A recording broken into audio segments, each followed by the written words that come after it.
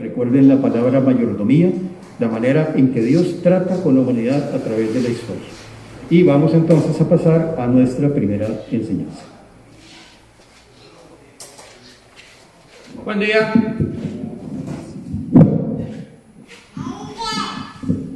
Buen día. Pensé que alguno estaba muerto. Gracias a los que nos saludaron por nuestro aniversario. Como le dije, Adri y yo nos casamos el 7 de agosto de 1923. Entonces, ayer cumplimos el aniversario, por eso lo puse en el chat, puse la fecha y todo. Y gracias por los mensajes y por los regalos también. Bienvenidos los regalos, ¿está bien? Bueno, como decía Manuel, está bien, Adri, no me confundí la fecha, ¿verdad que no? No, perfecto. A veces confundo las fechas o los números, por eso dije, calculé más o menos que estemos bien. Seguimos hablando de dispensaciones, ¿sí? Vamos a abrir la Biblia en 1 Timoteo capítulo 2, versículo 15. Ahora, acuérdense, pueden pararme cuando quieran, preguntar. El otro día vino alguien, creo que fue Augusto, pero no estoy seguro porque fueron dos, que me hicieron preguntas que tenían que ver con la enseñanza. Si es así, la preguntan aquí. ¿Por qué? Porque quizás sea la pregunta de otro. Ahora, yo necesito saber, Manuel, qué hora es para coordinar con el culto de arriba.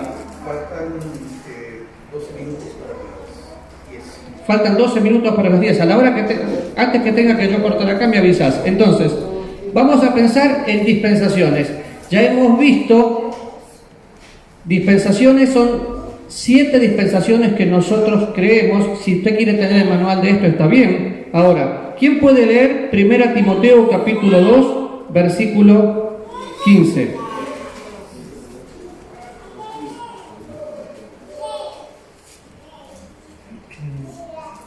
Perdón, 2 Timoteo capítulo 2, versículo 15. ¿Quién lo va a leer? A ver. No se peleen, uno solo. ¿Alguien sabe dónde está Timoteo? Está en la Biblia. Listo, yo sí, léalo. Procura con diligencia presentarte a Dios aprobado como obrero que no tiene de qué avergonzarse, que usa bien la palabra de verdad. Gracias, te cambió la voz, Yoshi, pero lo leíste. Muy bien. Procura con diligencia. Y acá la palabra clave es aprobado. Aprobado. ¿Cómo estamos usando la Biblia? Y usted ve aquí 7 dispensaciones. ¿Y qué es? Una revelación progresiva. ¿Qué significa revelación progresiva? Es, en palabras muy fáciles, Dios no nos va a mostrar todo lo que sucede desde que nacemos hasta el día de la muerte a nosotros. De la misma manera, Dios fue revelando su palabra progresivamente. Hoy tenemos la Biblia terminada y vemos algo claro en la Biblia, pero fíjense, cuando pensamos en dispensaciones, se deriva del latín, y nosotros esta palabra ya la hablamos, es la palabra oikonomía, que significa administración. De hecho, cuando aprendemos a administrar, nos ayuda en toda área de nuestra vida. Cuando pensamos en los cristianos, se requiere que los cristianos sean administradores fieles, pero Dios fue administrando en diferentes formas y en diferentes tiempos, y la mayoría coincide que hay 7 dispensaciones.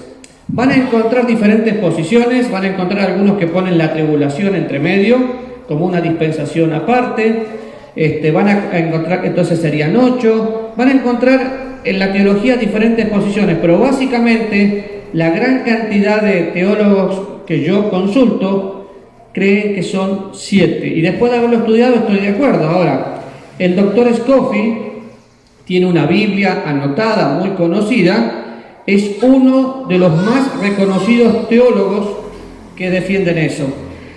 El primero que comenzó con las dispensaciones es Nelson Darwin, pero a veces este tema ha sido un poco atacado y se cree que no, pero eso no. Hay gente que no interpreta la Biblia literalmente, que interpreta la Biblia alegóricamente y que utiliza pactos. Los pactos no tienen que ver con la iglesia, los pactos tienen que ver con Israel, ¿sí? Y algo que tiene que quedar grabado desde ahora: no hay ninguna profecía que hable de la iglesia en el Antiguo Testamento. Los profetas no vieron la iglesia. Los profetas no vieron el arrebatamiento, vieron el final. Y con un cuadro eso se va a aclarar. Pero fíjense algunas definiciones. El diccionario define dispensación: el trato ordenado con los hombres por parte de Dios en la variedad de administración de sus caminos y sus tiempos. Sus caminos y sus tiempos. Pero es un trato ordenado con los hombres por parte de Dios. Con los hombres por parte de Dios. ¿En qué? En los caminos y distintos tiempos. Ahora, ahí está la cantidad de dispensaciones que vamos viendo en la Biblia. Entonces, podemos empezar: inocencia, conciencia, gobierno humano, promesa, ley, gracia y reino. Y este cuadro lo va a aclarar mucho mejor. ¿Todos pueden ver el cuadro? ¿Se ve bien el cuadro de atrás? Si no, podemos apagar esta luz tal vez para que se vea mejor. Se apaga de ahí atrás. Pero empieza: Adán fue creado a imagen de Dios. Génesis capítulo 1, versículos 26 y 27. ¿Y qué dice aquí? ¿Se puede leer lo que dice ahí? Inocencia. La primer dispensación es inocencia. Vamos a ir despacito viéndola, lo que significa, pero es la primera. Y de Génesis capítulo 2, del versículo 8 en adelante a Génesis 2, 25. La segunda dispensación es cuando Adán cae en pecado, y es la dispensación de la conciencia. Lo pueden ver de esta manera, ¿sí? Acuérdense que cuando Adán y Eva pecaron, por un hombre entró el pecado al mundo, y por ese hombre pasó a todos los hombres por cuanto todos pecaron. La tercera dispensación es el gobierno humano o gobierno civil. Las dos formas de llamarla está bien. Y de Génesis 9 a Romanos, Génesis 9 vemos eso, y Romanos 13. Abraham, el padre de los creyentes, ¿qué dispensación es? Promesa. Moisés, dispensación, ley. Pablo, dispensación, gracia. Y Cristo, el pastor, va a estar en el reino. Así que esto es un cuadro que ustedes pueden grabar en su mente para decir, bueno, hay 7 dispensaciones, ¿y cuáles son? Si bien vamos a ir una por una explicando, es bueno que usted diga, bueno, hay 7 dispensaciones. A ver, ¿cuál es la primera?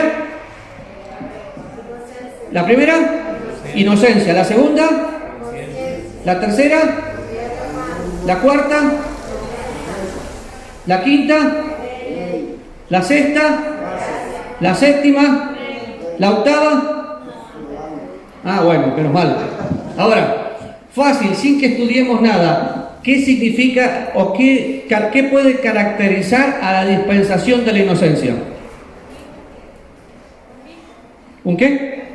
Un niño lo puede caracterizar, lo puede ejemplificar. Y si vemos en la Biblia, ¿por qué pensamos en la dispensación de la inocencia? No había pecado todavía.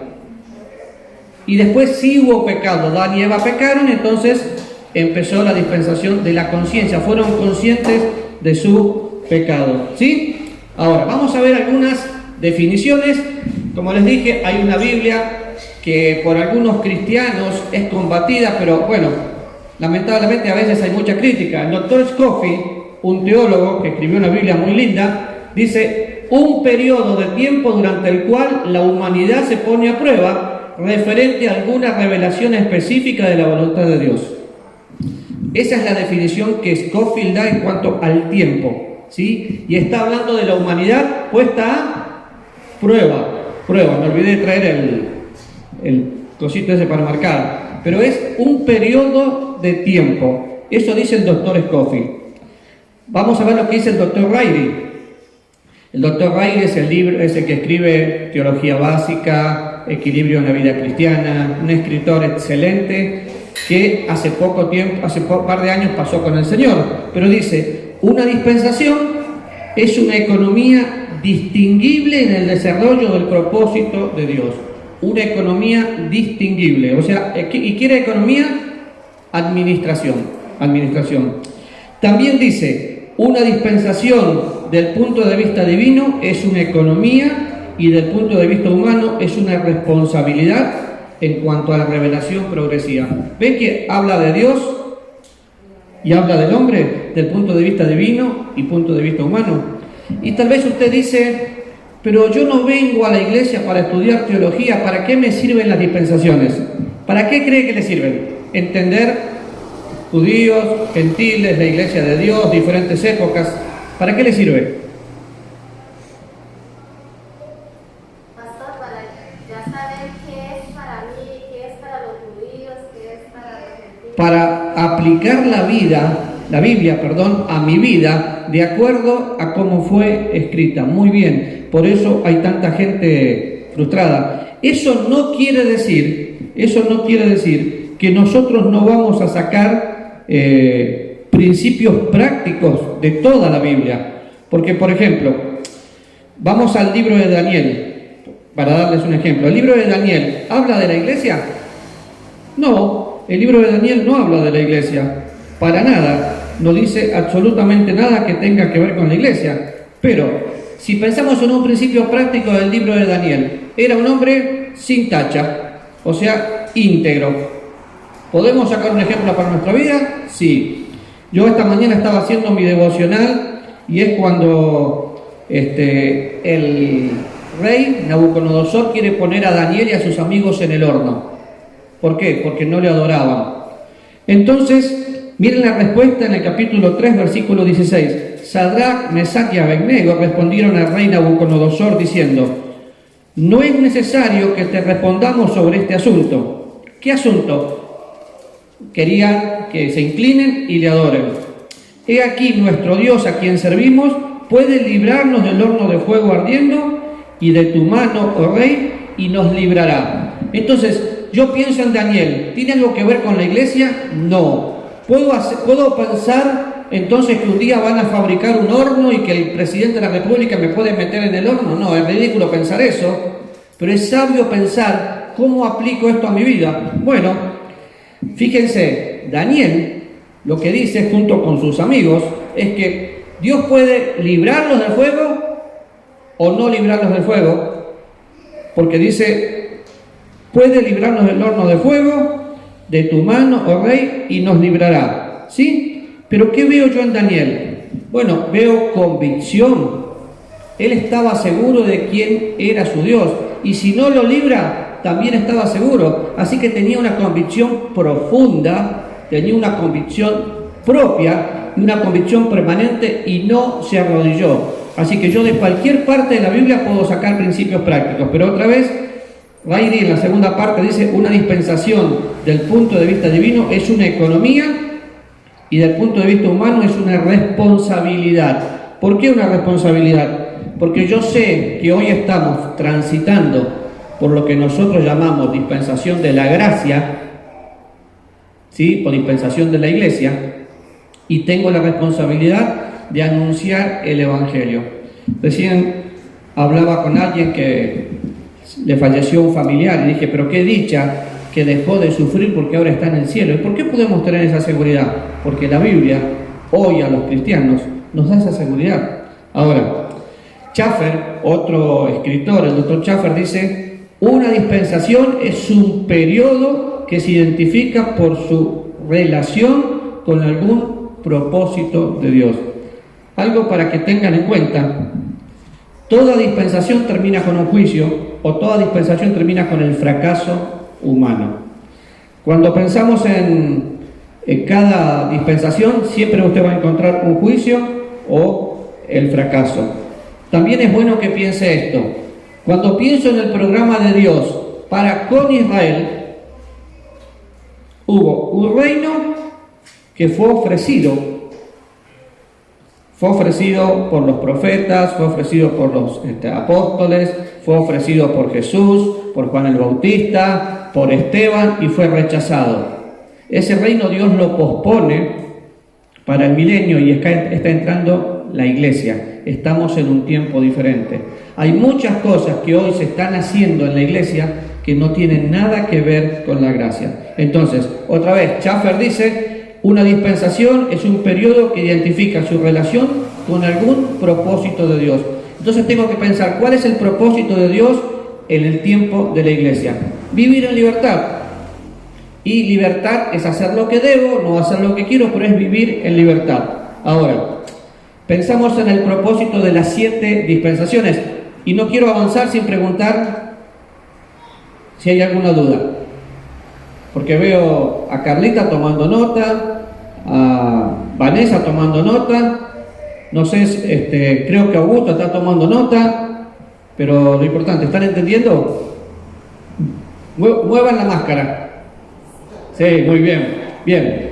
El propósito de las dispensaciones es la demostración a la humanidad, a nosotros, de su depravación total y de su inhabilidad completa de salvarse a sí misma. ¿Qué es la depravación total? Vayan pensando, yo le leo la definición completa. Es la demostración a la humanidad de su depravación total y su inhabilidad completa de salvarse a sí misma. Así que Dios pone a la humanidad bajo cualquier condición concebible, bajo la inocencia en el jardín del Edén, bajo la conciencia hasta el diluvio. ¿Qué significa? Porque es muy importante que entendamos eso, la depravación. Decadencia moral. ¿Qué? Decadencia moral. Decadencia moral, muy bien. Y teológicamente o bíblicamente, ¿qué es la depravación? Depravación total, inhabilidad. Hay una línea teológica que cree que el hombre no tiene ningún atributo, ninguna forma de poder reaccionar. Es cierto, el hombre está depravado por su pecado. Una vez que Adán y Eva pecaron y pasaron de la dispensación de la inocencia a la dispensación de la conciencia, ese pecado pasó a todos los hombres y todos nos constituimos en pecadores. Entonces fuimos hechos depravados, separados de Dios. Pero eso no quiere decir que el hombre no tiene una responsabilidad en cuanto a reconocer a Jesús como Salvador. Ahora, fíjense, bueno, leamos los últimos dos. Bajo la inocencia, en el jardín del Edén. Bajo la conciencia, hasta el diluvio. Bajo el gobierno humano, hasta Abraham. ¿Sí? Y acá estoy mostrando cuándo van terminando. Bajo la promesa, hasta Moisés. Bajo la ley, hasta la muerte de Cristo. Bajo la gracia, hasta el arrebatamiento. Y bajo el reino, hasta el milenio. Y yo quiero volver acá y quiero que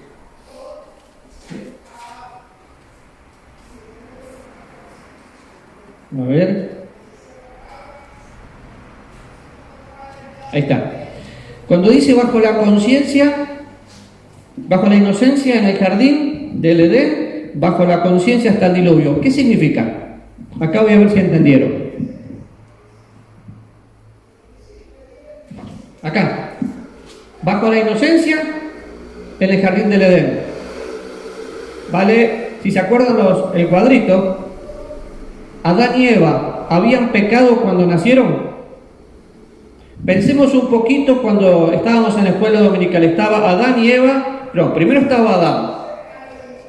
Dios hace los cielos, la tierra, los animales y crea al hombre. ¿Qué es lo segundo que crea?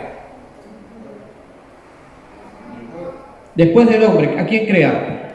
A la mujer, la ayuda idónea. ¿Por qué crea primero al hombre y después a la mujer? Echando a perder se aprende. Nos creó a nosotros primero y después hizo algo perfecto, ¿sí? Cuando Adán y Eva son creados, podían caminar, de hecho andaban desnudos por el jardín del Edén, no les importaba estar así. ¿Por qué? Porque caminaban en íntima comunión con Dios. Cuando Adán y Eva pecan, la desobediencia, ¿qué es lo primero que se dieron cuenta? Y se escondieron de Dios. ¿Y qué pasó con ellos? Fueron despedidos del jardín del Edén. De hecho, si usted lee todo el relato de Génesis, Dios los saca del jardín y pone a alguien como un guarda ahí que no puede entrar más. ¿Por qué? Porque fueron separados de Dios, fueron incapacitados para volver al Edén.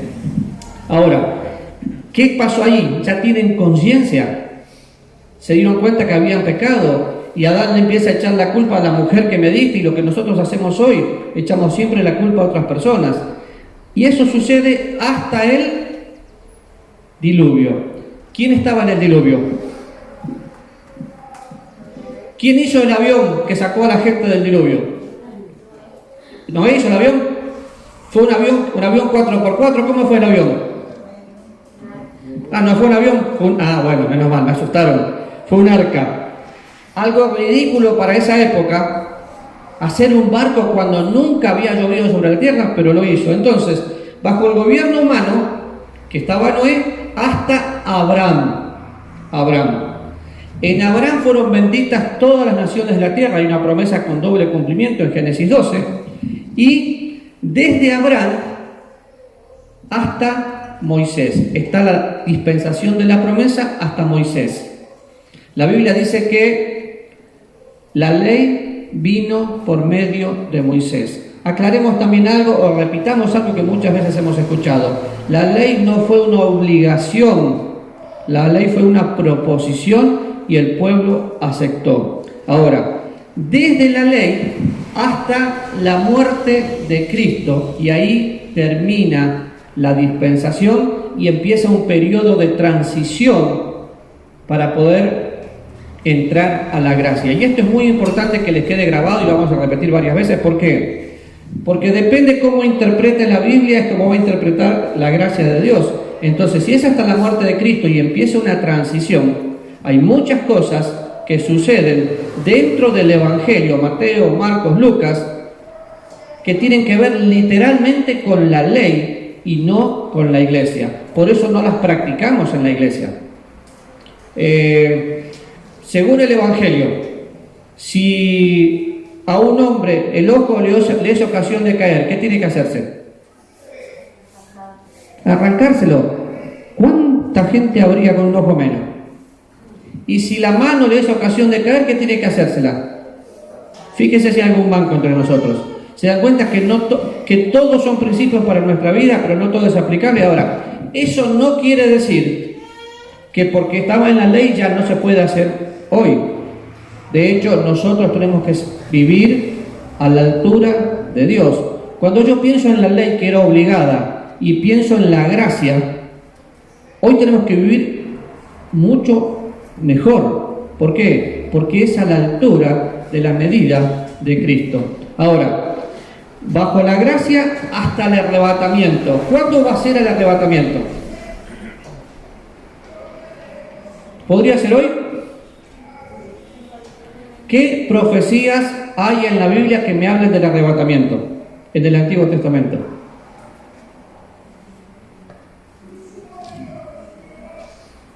A ver, ¿la Biblia habla de que Jesús va a venir en el Antiguo Testamento? No. Ya veo que dudan y tratan de decir, y capaz que sí, lo dice Mateo 24. No hay ninguna profecía para el arrebatamiento de la iglesia, porque es algo exclusivo de la iglesia. ¿Dónde está la primera mención del arrebatamiento en la Biblia? A ver si se quedan quietos de atrás, que me incomodan, por favor. ¿Dónde está la primera mención del arrebatamiento en la Biblia? ¿Alguien sabe? Búsquenlo, a ver. La primera mención. Les voy a dar un detalle. Estaba Jesús y dice: en la casa de mi padre muchas, si no fuera así. ¿Dónde está la primera? San Juan capítulo 14. No estaban entendiendo todo, pero Jesús dijo que él iba a volver a buscar a su iglesia. Y es el Evangelio de Juan, no es Mateo, Marcos ni Lucas. ¿Dónde está la segunda mención del arrebatamiento y la tercera? En Corintios y en Tesalonicenses. Cartas exclusivas para la iglesia. ¿Sí? Corintios y Tesalonicenses. Corintios 15, Tesalonicenses 4. Entonces, bajo el reino personal de Cristo en el milenio, la iglesia es arrebatada, llevada a la presencia de Dios, y aquí abajo sucede la tribulación y todo lo que tiene que suceder. La iglesia no pasa por la tribulación. ¿Sí? Entonces, hasta acá, ¿cuánto tiempo duró la dispensación de la inocencia?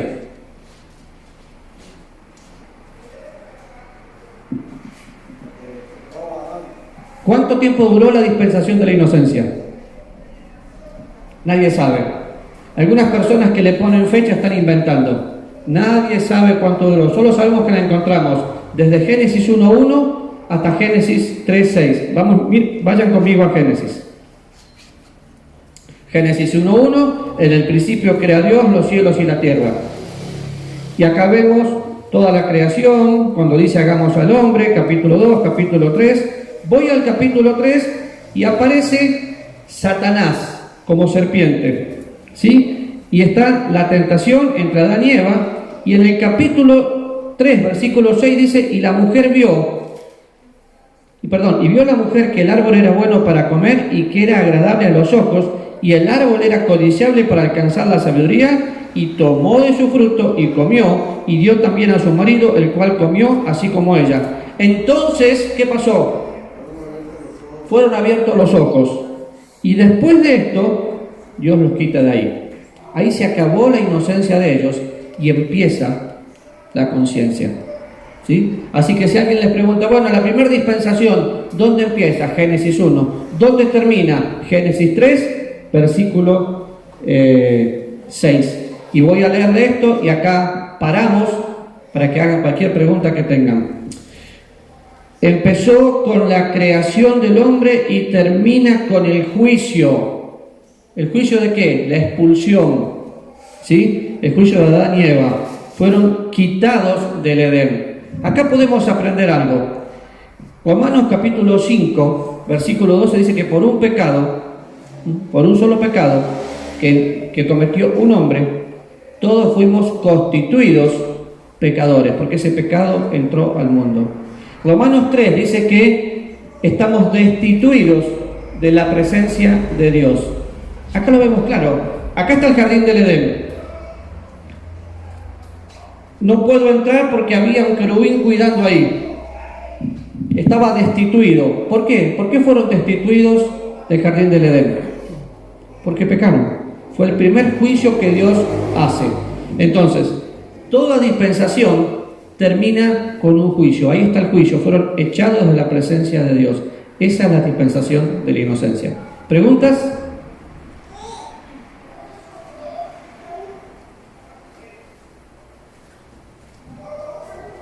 No quiero cargarlos con mucho para que puedan aprender. De hecho, si alguno quiere tener este material, yo se lo mando por WhatsApp para que lo vaya leyendo. Usted me lo pide nada más. ¿Preguntas? ¿Ninguna? ¿Son todos los genios? Perfecto. ¿Qué significa dispensación? Un periodo de tiempo, una administración. Bien, Nati. ¿Qué más significa?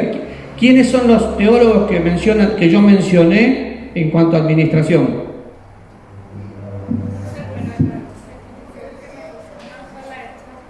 Schaffer, Rairi, bien. ¿La primera dispensación cuál es? Inocencia. ¿La segunda? Conciencia. ¿La tercera? Gobierno humano. Muy bien, vamos a orar y terminamos acá. Padre, gracias por esta oportunidad. Y sé que es un tema que tal vez no se enseña mucho, pero es mi deseo comunicarlo de una forma fácil para que todos podamos entender cómo nos hiciste, para quienes estás escribiendo, todo lo que fue pasando con los años y podamos usar tu palabra como obreros aprobados. Gracias por este tiempo juntos, en el nombre de Jesús. Amén.